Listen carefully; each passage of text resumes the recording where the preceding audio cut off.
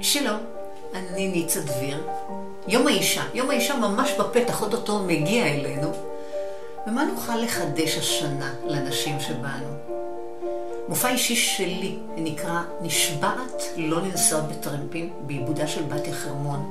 זה סיפור חיים שלי, השזור לכל אורכו, באותנטיות, בהתרגשות, בהזדהות, בהומור, באומץ.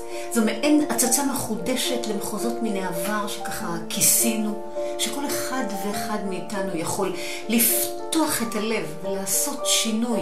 לא קשור לגיל ולא קשור למעמד ולא קשור לעיתוי. יש לי כמה ציטטות כאלו מאנשים שחוו את המופע לפני שנתיים, המופע הראשון שלי במודיעין בהיכל התרבות, וזה מה שהם כותבים.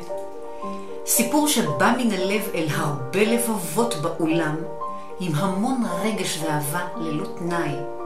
השראה אמיתית וסיפור חיים מרגש, הממחיש לכולנו שהכל תלוי רק בנו. איך אמרה לי אחת הבחורות במופע האחרון ברמלה? היום, בזכות המופע שלך, קיבלתי את התעודת בגרות האישית שלי. המופע שלי מתאים מאוד ליום האישה. כאן למטה תוכלו לקבל את כל הפרטים באתר שלי ולשמוע, לראות אנשים נוספים שחוו. ניצה דביר, נשבעת לא לנסוע בטרמפים. תודה.